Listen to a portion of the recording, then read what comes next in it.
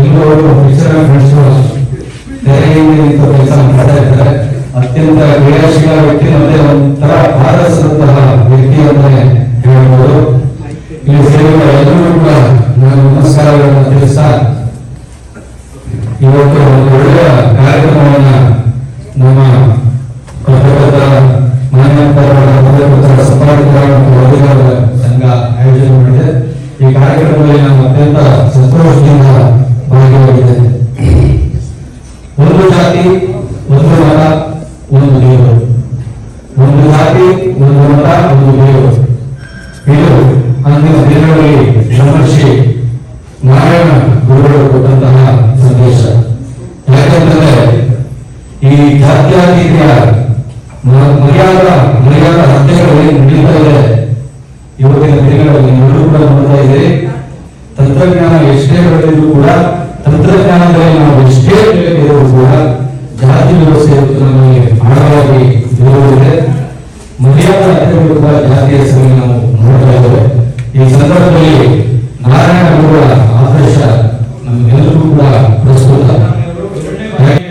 ಇವತ್ತು ಮುಖ್ಯಮಂತ್ರಿಗಳಾಗಿದ್ದಾರೆ, ಅವರು ಕೂಡ ಈ ಜಾತಿ ವ್ಯವಸ್ಥೆ ವಿರುದ್ಧ ಆಡಳಿತಕ್ಕೆ ನಿಂತಿರ್ತಾ ಇದ್ದಾರೆ. ಅದೇ ಕಾರಣಕ್ಕಾಗಿ ಇವತ್ತು 5 ಗ್ಯಾರಂಟಿ ಯೋಜನೆಗಳನ್ನ ಸರ್ಕಾರ ಜಾರಿಗೆ ತಂದಿದೆ. ಗ್ಯಾರಂಟಿ ಯೋಜನೆಗಳು ಕೇವಲ ಇದು ಆ ಜಾತಿಗೆ ಈ ಜಾತಿಗೆ ಸೀಮಿತ ಅಲ್ಲ.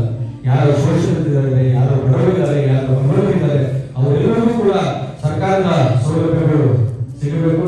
ಕಟ್ಟಕಡೆಯ ಪ್ರಜೆ ಕೂಡ ಯಾವುದೇ ಸೌಲಭ್ಯದಿಂದ ವಂಚಿತರಾಗಬಾರದು ಅನ್ನುವಂಥದ್ದು ಅವರ ನಿಲುವು. ಇವತ್ತು ಯಾರಾದರೂ ಸಾಮಾಜಿಕ ನ್ಯಾಯದ ಪರವಾಗಿ ಇದ್ದರೆ ಅದು ಸನ್ಮಾನ್ಯ ಮುಖ್ಯಮಂತ್ರಿಗಳಾದಂತಹ ಸಿದ್ದರಾಮಯ್ಯ ಅವರನ್ನು ನಾನು ಈ ಸಂದರ್ಭದಲ್ಲಿ ಹೆಮ್ಮೆಯಿಂದ ಹೇಳೋದಕ್ಕೆ ಇಷ್ಟಪಡ್ತೇನೆ. ನಾನು ಮುಖ್ಯಮಂತ್ರಿಗಳ ಮಾಧ್ಯಮ ಸಲಹೆಗಾರನಾಗಿ ಮಾತು ಹೇಳ್ತಾ ಇದ್ದೀನಿ ಅಂತಲ್ಲ, ನಾನು ಕಳೆದ 13 ವರ್ಷಗಳಿಂದ ನಾನು ಅವರ ಜೊತೆ ಇದ್ದೆ. ಅವರು ಪ್ರತಿನಿತ್ಯ ಆಲೋಚನೆ ಮಾಡಲು ಶೋಷಿತರ ಪರವಾಗಿ ಆಲೋಚನೆ ಮಾಡ್ತಾರೆ, ಬಡವರ ಪರವಾಗಿ ಆಲೋಚನೆ ಮಾಡ್ತಾರೆ. ಇವತ್ತು 16 ಬಜೆಟ್ಗಳನ್ನ ಮಂಡಿಸಿ ಅವರು ದಾಖಲೆಯನ್ನ ನಿರ್ಮಾಣ ಮಾಡಿದ್ದಾರೆ. ನೀವು ಅವರ ಬಜೆಟ್ ಯಾವುದೇ ಬಜೆಟ್ ಅನ್ನು ತೆಗೆದು ನೋಡಿ, ಅದರಲ್ಲಿ ಹೆಚ್ಚಿನ ಕಾರ್ಯಕ್ರಮಗಳು ಇವತ್ತು ಶೋಷಿತರ ಪರವಾಗಿ.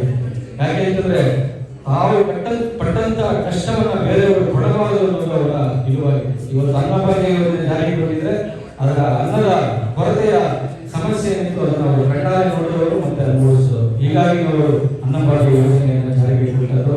ಹೀಗಾಗಿ ಶೋಷಿತರ ಪರವಾಗಿ, ಶೋಷಿತರ ಬೆಂಬಲಕ್ಕೆ ಸದಾ ನಿಲ್ಲುವ ವ್ಯಕ್ತಿ ಅಂತಂದರು ಸನ್ಮಾನ್ಯ ಮುಖ್ಯಮಂತ್ರಿಗಳಾದಂತಹ ಸಿದ್ದರಾಮಯ್ಯ ಅವರು.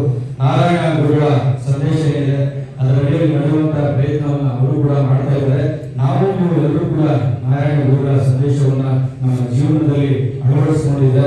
ಈ ಜಾತಿ ವ್ಯವಸ್ಥೆಯಿಂದ ಹೊರಬರುವಂತಹ ಪ್ರಯತ್ನಕ್ಕೆ ಸಹಕಾರಿ ಆಗಬಹುದು ಅಂತ ನಾನು ಸಂದರ್ಭದಲ್ಲಿ ಇಷ್ಟಪಡ್ತೇನೆ.